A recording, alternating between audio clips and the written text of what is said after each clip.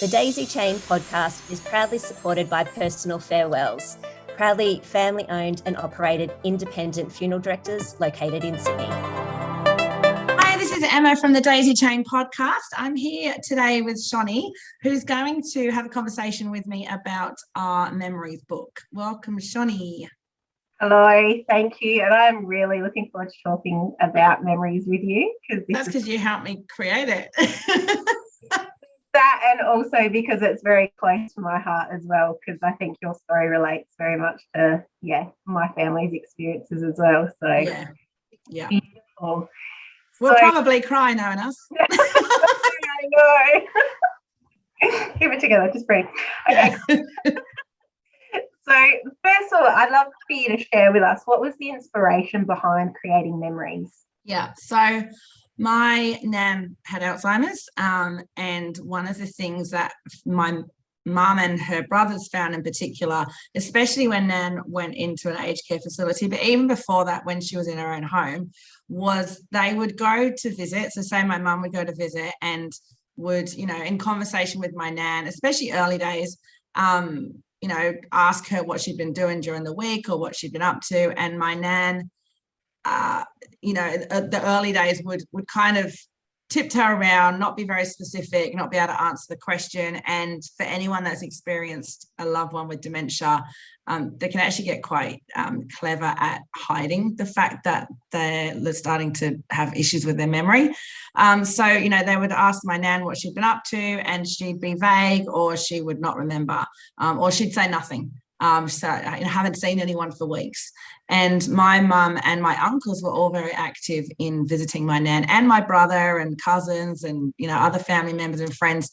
So my mum knew that people were going in to visit my nan, whether it was in her home or later in the aged care facility. And she just basically got an exercise book and created a bit of a journal for, when people come to visit, what they did, whether they'd taken my nan out or whether they just sat there and had a cup of tea and a chat about the old days or looked at photos or whatever it was that they'd done. They'd just make a note of it so that then when the next person came to visit, whether it was that afternoon or a week later, they could pop to the shelf, pull that book out, and then, have some prompts for conversation. So it wasn't about telling my nan what she'd been doing, but when they said to her, what have you been up to this week, they were able to be more specific in their questions, so they could say, so you had a visitor on Tuesday, and help her to kind of put together those memories if she could.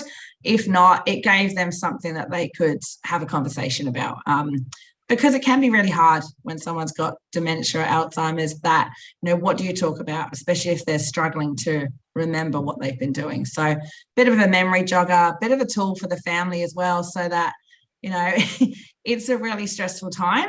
And, you might have one family member that goes in once a week and says, what have you been up to, Dad? Who have you seen? And they say, I haven't seen anyone. That can then cause conflict with siblings. Like, why haven't you been to see Dad? I was only there 2 days ago. Well, he doesn't remember. What did you do? And it, as well as being a memory jogger and a really nice keepsake of, activities and things that you've done, it can help kind of bridge that gap between family members as well. Perfect. And I think that's, like, I've seen that as well when my nan had dementia as well, and just, the conversations that would go between family and things like that, just the value of having something like this. Yeah. And it's basically for the family, isn't it? Like, it doesn't involve anyone, any other carers or nursing staff or anything like that. Yeah, that's right. So if it's used obviously in the home, then it can just be put in a cupboard. If your loved one is in an aged care facility or any kind of supported living facility, the care staff don't need to get involved at all. It's just it can be put in a cupboard, or I know in some cases with people with dementia, they sometimes can be destructive or get confused about what it is and why it's there. That might mean that you need to say to the care staff, hey, can you just pop this in a cupboard when mum or dad or auntie or whoever can't get to it, and we'll get it out when we get here. But that's the extent of the involvement, because they have enough to do anyway, and they have enough documentation of every time someone sneezes or whatever it is that they're doing. So this is definitely not something that they need to be concerned with. It's actually a really good tool that will support them, because they, if they do have time or they pop into someone's room, they can have a look in it as well and say, oh, look, I see that, Mary took you out for lunch on Wednesday. How was that? So it's a conversation starter, essentially. Beautiful. And so I'd love for you to just share a little bit more about like what's in the book, because I know you talked about. I'm going to show you it. Would you like to see it? Absolutely. I know people maybe listening might not be able to see it, but I'm sure you can describe it as we share it. And if you want to, Yeah, that's right. If you are listening, you can go online and have a look. All of our podcasts also are shown on our YouTube channel. So if you want to have a look, you can. So that's the front of the book. For those of you that are listening, it's got a nice big picture of a daisy. It's spiral bound so that it actually lays flat, because one of the things I've found with exercise books is particularly if they've got a thick spine, they don't lay flat, it can be hard to write in. The whole idea is that it's really simple. So it's not designed to take hours. It's not a diary or a journal. It's basically a communication tool. So just at the top, it's got date, time in, time out, the name of the visitors, the conversations shared, the memories created, other comments, and then the next visit planned. So, if you can only get in once a week and so can your brother, maybe you can spread those 2 visits out so they're not consecutive days. So that's a good tool for that. Obviously the date, time in and time out, the name of the visitors, conversation shared. It could just be, look through old photos with mum, or took dad out for a coffee, went down to the beach, talked about the cricket, whatever it might be. So there's plenty of spots in there for that. And then we've also got really beautiful quotes and pictures. And then we've also got some blank pages where you can just pop photos or stick things in or any of those things. Shani has done an amazing job with quotes and beautiful pictures. And it's really beautiful. And it's something that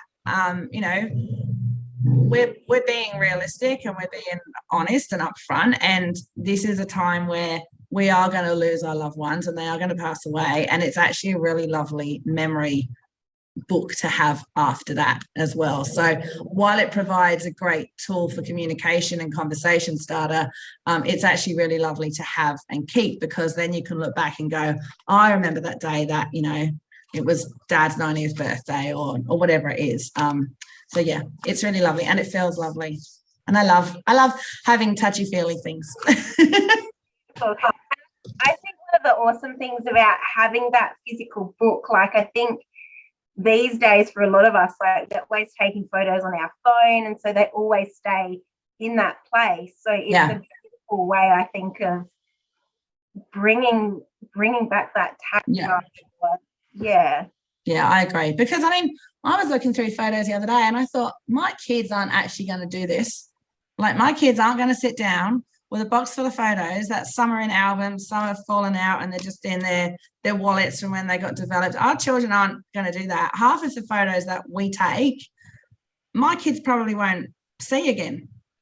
So that was actually a little bit of an eye-opener of like, wow, even in the space of 30 years, we've gone from having actual photographs and the excitement of getting your film developed and only 2 of them being any good or none of them because you overexposed it when you took it out of the camera, and that's the downside. But the upside of that, you've got that tangible thing that you can sit around and connect over. So that's what the book does as well. It's a connection communication tool. Perfect. Excellent. And you've sort of touched on this before, but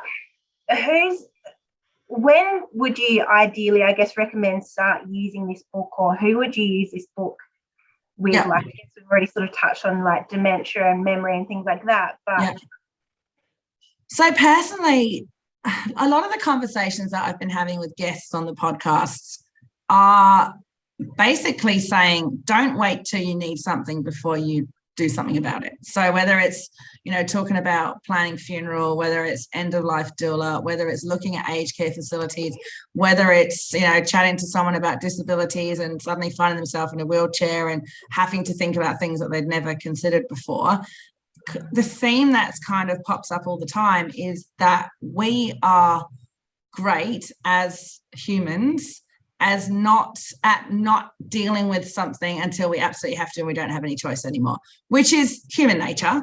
But often by the time we get to that stage that we need to deal with it, whether it's talking about a funeral or wills or, you know, where Nan's going to live when she can't live by herself anymore, we often wait until it's right in front of us.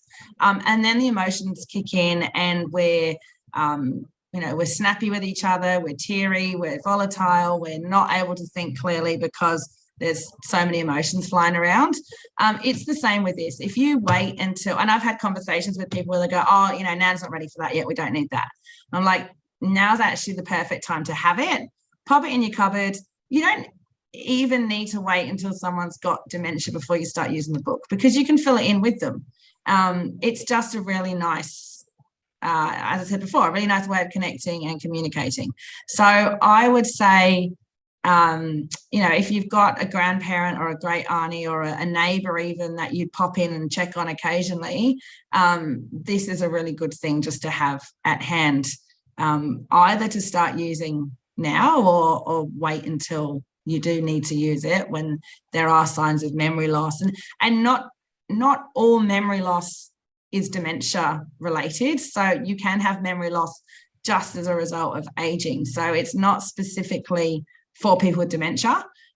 It could be for people that are, have a brain injury and have trouble remembering what they've done from one week to the next. So it's definitely not specifically for people with dementia. That was just what inspired kind of from my story, I guess. Perfect. Excellent. And so how do people go about getting a copy of Memories? They go to their local giant supermarket and they say, where's a copy of this book?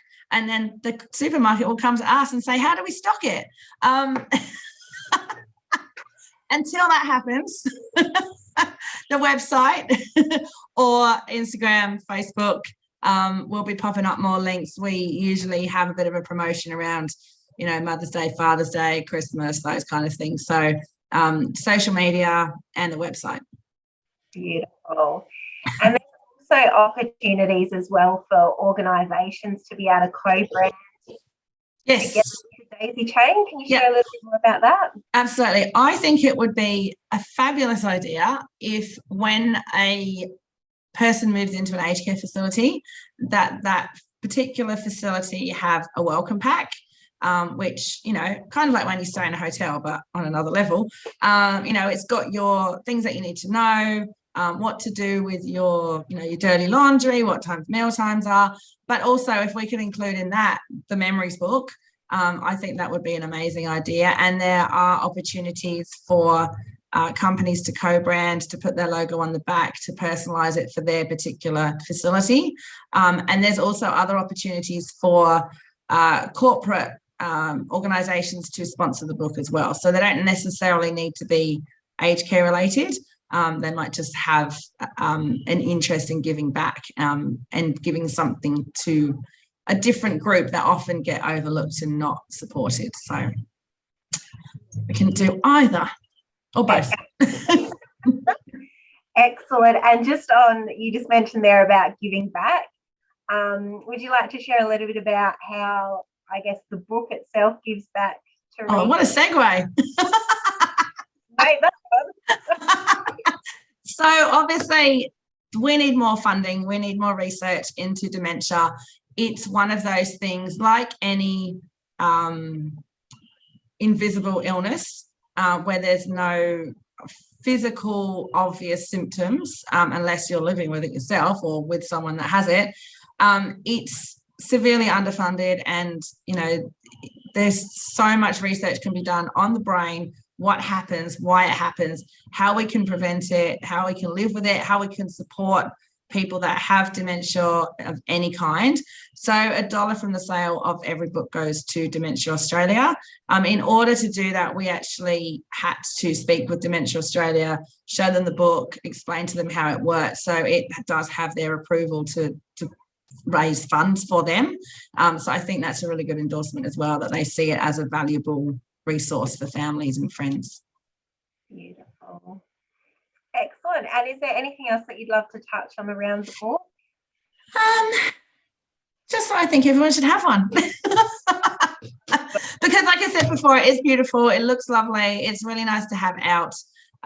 It's a great way of starting conversations. And I know from my own experience that sometimes it can be really difficult to know, especially if you've got someone in aged care who perhaps doesn't speak very much anymore. And as a family, you go in and you're sat there with your sibling and your mum or your grandfather or whoever, and they're not speaking, and you're having a conversation that you would be having if you weren't there, at home or in a cafe, and it's just like they're there listening in. So it's really good to go, hey, let's have a look in Dad's book. Oh, look, I see on, Wednesday, Mary and John came to visit you. Haven't seen them for a long time. Do you remember when da-da-da-da-da? So it's just a way of, not keep going over the same things that you go over every time that you go to visit. And it can, let's be honest, it can be really hard to know what to talk about. So it's definitely a great tool to, as I said before, to kind of bridge that gap and to inspire conversation and connection. Oh, awesome. Thank you. Thank you. Thank you for doing such an amazing job with getting what was in my head out into real life. So it was a bit of a labour of love for both of us, I know. Yeah, absolutely. I remember where I was sitting in the phone call with you. I've got this idea and I was like, I'm sold, I'm in, because I just know the difference that this can have on so many people and families' lives, that I'm getting goosebumps because it's just, Yeah. Thank you for firing the questions at me for once. And I will talk to you soon. Thank you for listening, everyone. See you on the next podcast.